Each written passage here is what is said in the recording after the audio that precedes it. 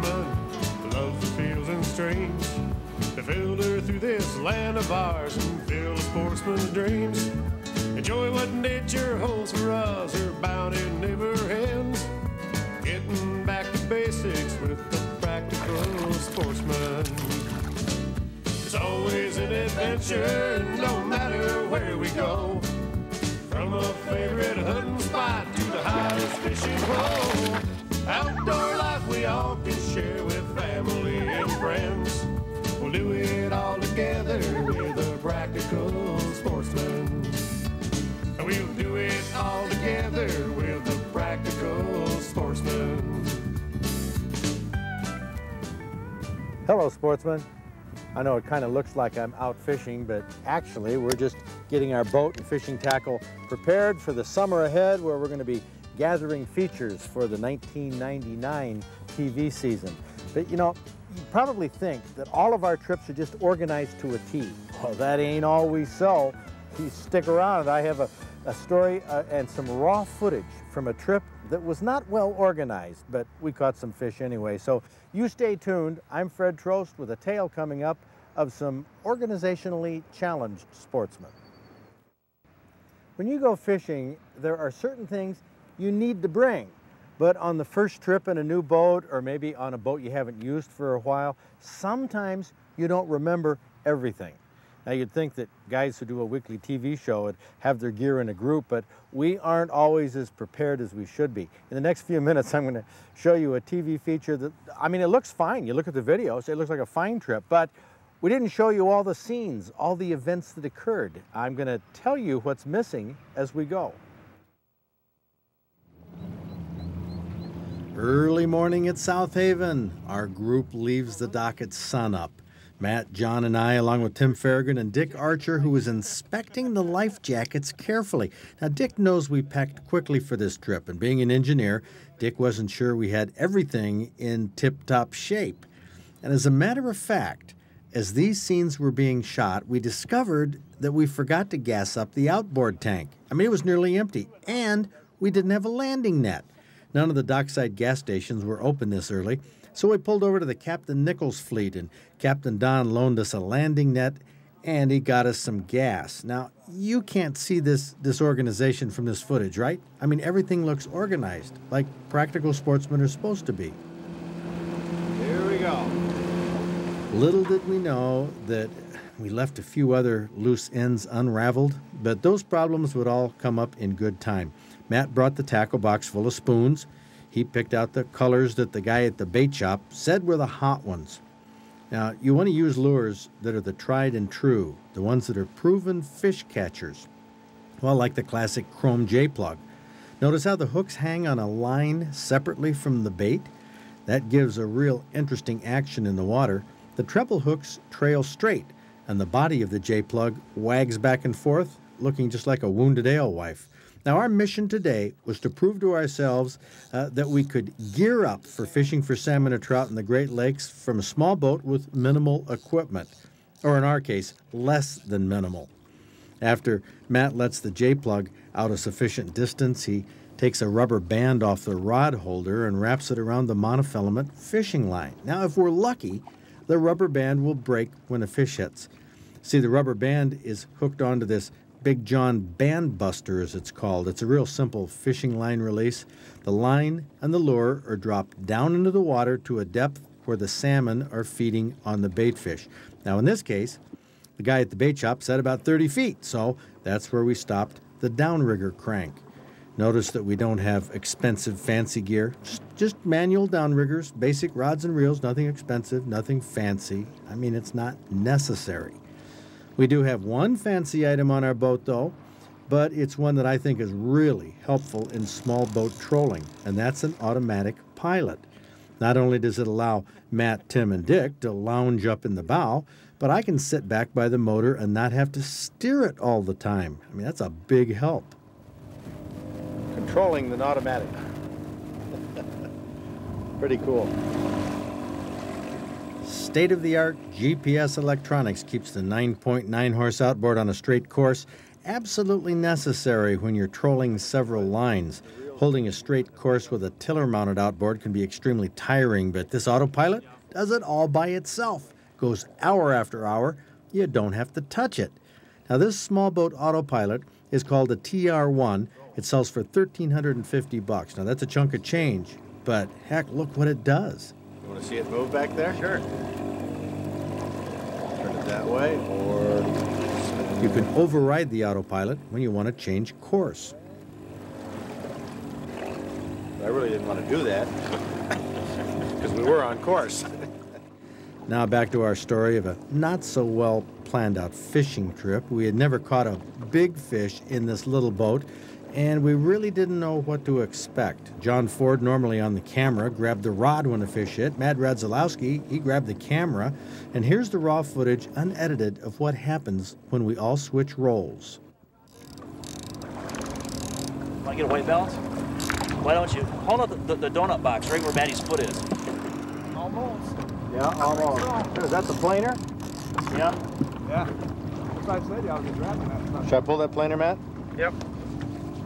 Matt, why don't you come right over my shoulder here if you can? You'll hear poor Matt being bombarded with instructions from John and I. Okay. Oh, we might be wrapping this other line now. Okay, we might There he goes, there he goes. It's quite spectacular. Yes, it is.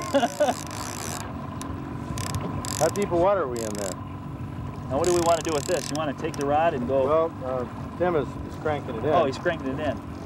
Keep moving back, man. Get some different angles and stuff.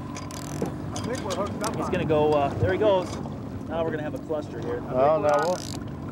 I think... As long as we bring them both in together. Okay, now can we get this here? Okay, got it. Got her free? Yep. He's back here behind the boat. Okay. Hey, this is all right, huh, Johnny? Oh, no kidding. Look at this fish. Okay, Okay, you're gonna I'm gonna go. you gonna walk up this side? Yep, I'm gonna walk Okay, up I'll this get side. back in the corner. Whoa, there he goes. He's still green. Any way you can get that rod out of there, that line out of there, Tim? Well, remember, there are 5 of us with our first big fish experience in this boat. There he comes. Boy, that's a pretty fish. That is. That's gorgeous. I think he's just about Keep tuckered moving out. back, Mandy, and getting shots and getting John in it. We just don't want isolated shots of Whoa! the fish. Someone gave me a shot there. Let's bump me over. Okay, now if you drop back, which he's swimming with the boat. There he goes. There he goes. It's very exciting, I must say. Okay, now Fred, if you want me to bring him. Yeah, you're gonna have to somehow bring him up Okay. that way, and we haven't done this before. Not on this little boat. Well, that's on the J-plug, isn't it? Now. Yeah, he's barely hooked. Back him up. There you go. Here we go, Freddie. Yeah, don't. You're gonna have to back up that way and bring the rod tip over my head to bring it this way.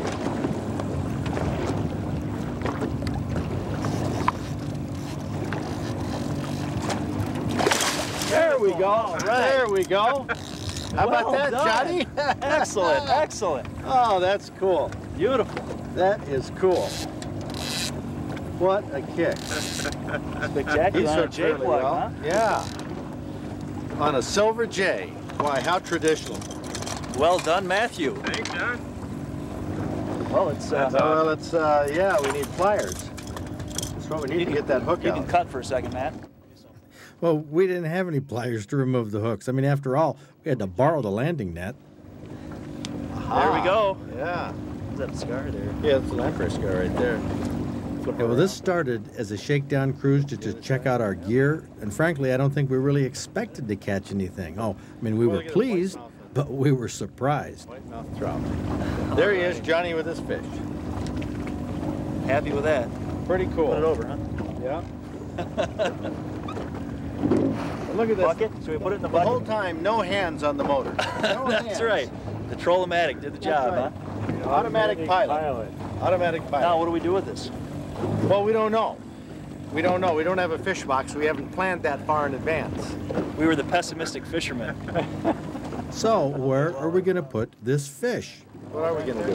In the well? No, I wouldn't do that. That'll flip right out of there. How about the bucket? In the bucket. Let's do the bucket. Put him in the bucket. There we go. That's a dandy looking. Isn't that nice? That is. Head first in the bucket. Maybe up in the bow. Oh. Up by... I don't think we're proud of that. No gas, no landing net, no pliers, no fish box. What a day. Oh, that's it for that bucket deal. We're not going to be storing our fish that way anymore. We got us a big Coleman cooler, you know, the type they use on the charter boats for keeping the fish. We just got to remember to put ice in it before we leave the dock. I think we're pretty much set here. We got us a landing net. We got us all the things I think we're going to use here for this fishing this summer. The boat that we use, by the way, this is provided to us by Mill Creek Sports in Dexter. The motors, the boat, the trailer. We're going to be using this for most of our fishing features around the state that we do in the next few months. You're probably going to see this boat being hauled behind this camper outfit. This is what we've got supplied to us by Annie Ray Chevrolet and the Ray RV store in DeWitt. This pickup camper rig is something, you know, that you don't see around like you did 15 or 20 years ago. The pickup campers haven't seemed to be as popular, but I think they're ideal for what we do on this TV show. When we took delivery of this rig, I asked Tom Riker from Ray RV and Tom Leister from Palomino to give you some statistics on this outfit. Tell me about the truck, Tom. It's a 3/4 ton. Yep, it's a 3/4 ton Chevrolet pickup truck with a 350 engine in it, and this particular truck's 4-wheel drive with a 373 rear end in it. So this would be a good all-around truck for just about anybody's use, whether it's trailer, fifth wheel, tent camper, or truck camper. Okay, now pickup trucks over the years have kind of increased in price. I mean, they're getting right up there with a lot of your semi-luxury cars, aren't they? Yes, prices are up there a little bit on the trucks, and but they're a little more advanced than they used to be too. Now, this truck, it's a 3/4 ton. Does it have anything special on it to carry the camper? Well, actually, the 3/4 ton is pretty beefy. This is a 8600 GVW truck, so that's one step down from a 1 ton. That's the heaviest 3/4 you can get before you get into 1 ton. Now, the camper that we have on the back, Tom, this is Palomino just started making the hard-sided campers. That's right. How heavy is it? It weighs 1,840 pounds. So while trucks have been changed over the years, so have truck campers. A camper this size, 10 years old, probably weighs 3,000 pounds. So, you know, now what's interesting to me is that I think for Sportsman, a pickup camper is ideal for a couple guys. You can get up and move, and I mean, your house is right with you every moment. You can take the camper off, you can put it back on, you can haul different things with it. So I like the versatility of that, but the market seems to not be there for pickup campers. Now, Palomino just started making this hard-sided camper. right. We've been building a fold-down type of truck camper for years, and it's been nice bread and butter business for us. But a hard-side truck camper, I guess, is our practical approach to a guy who maybe wanted a small motor home or something like that, but needs a vehicle for a more versatile purpose than what he would get.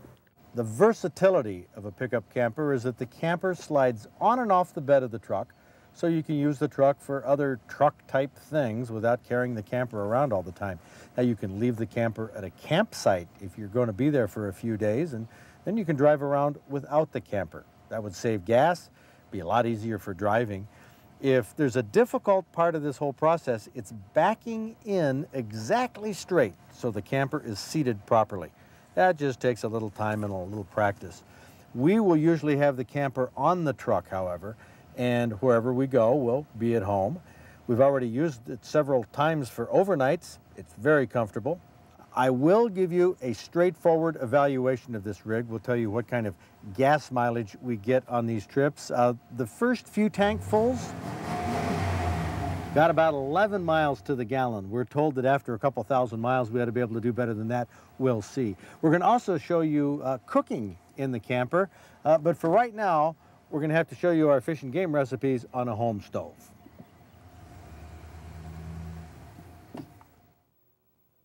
Here's a recipe you can fix at home and take camping or anywhere.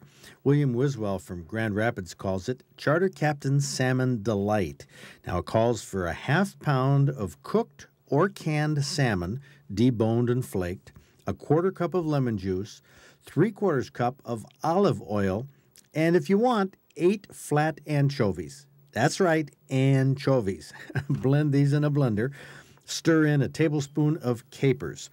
This makes what William calls a salmon mayonnaise.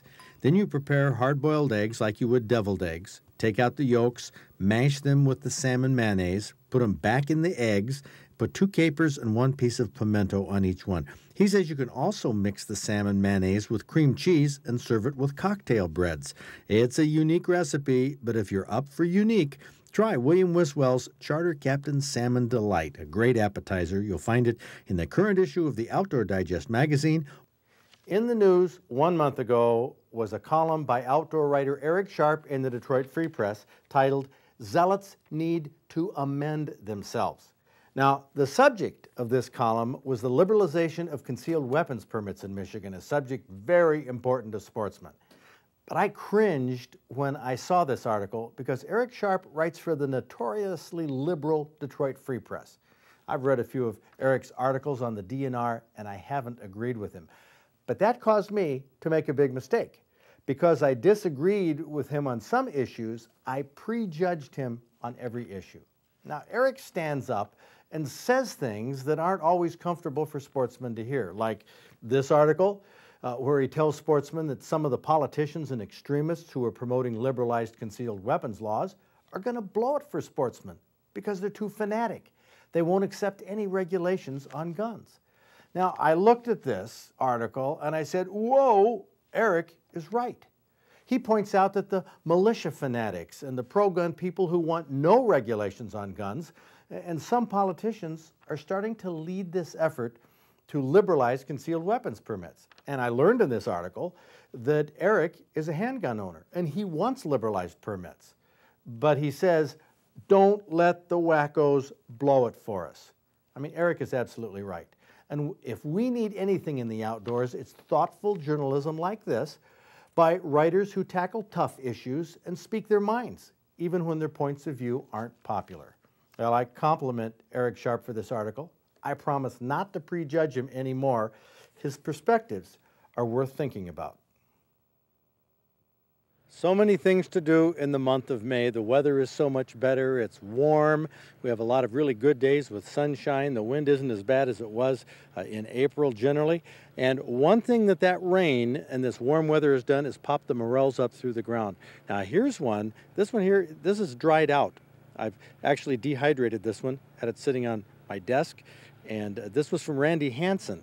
He brought this a couple weeks ago to show me that the white morels were up and out. Now, this isn't a bad white morel. Come in here, Jack. You've seen white morels this size? Yeah, quite a few. Yeah.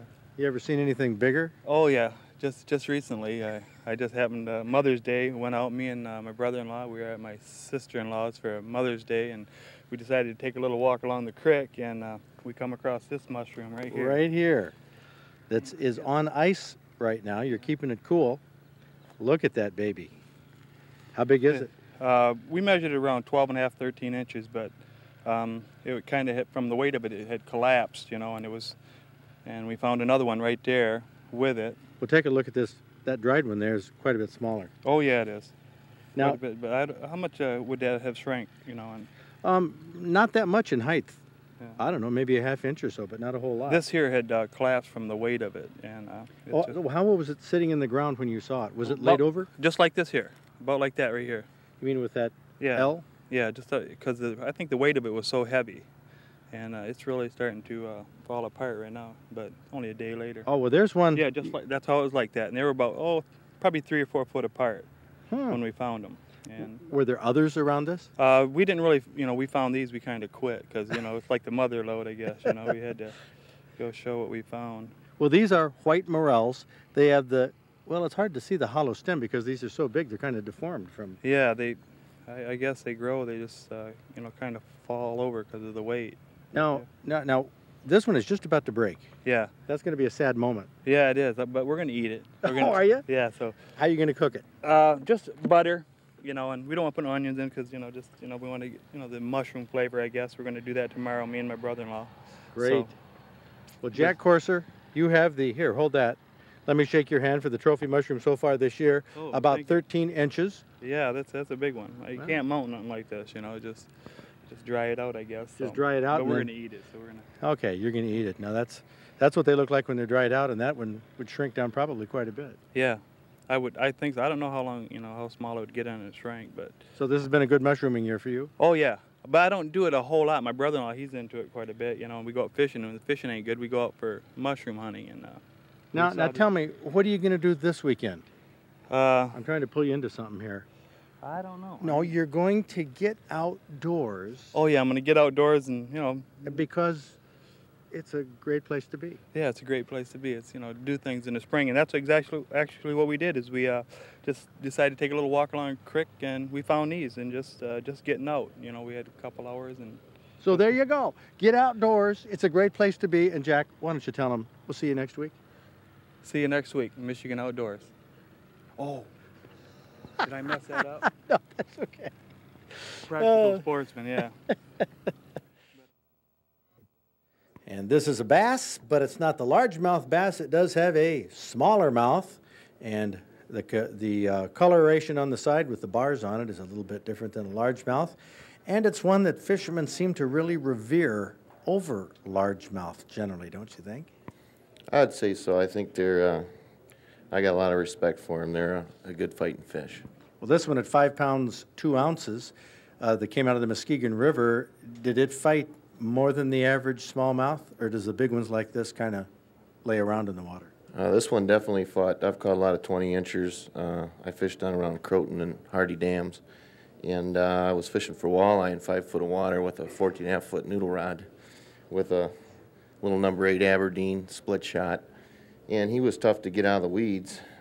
He kind of just took himself out of the weeds, and I got him out into deep water, and the wind blew me back in the weeds and back out the deep, you know, I motored the boat back out the deep water and back in the weeds, but I finally got him up. Well, now you say 5 feet of water, but you were fishing at the end of July. That's generally a hot time of the year. Yeah, it was sunny. There was some cloud cover, and I was picking up walleye right off the weed lines. In that shallow water? Yeah. In July? Yes. That's pretty neat. You're going to tell us exactly where that spot is on the Muskegon River? Never. That's what I thought. But you've told us enough, Dan Gray from White Cloud. Outstanding catch.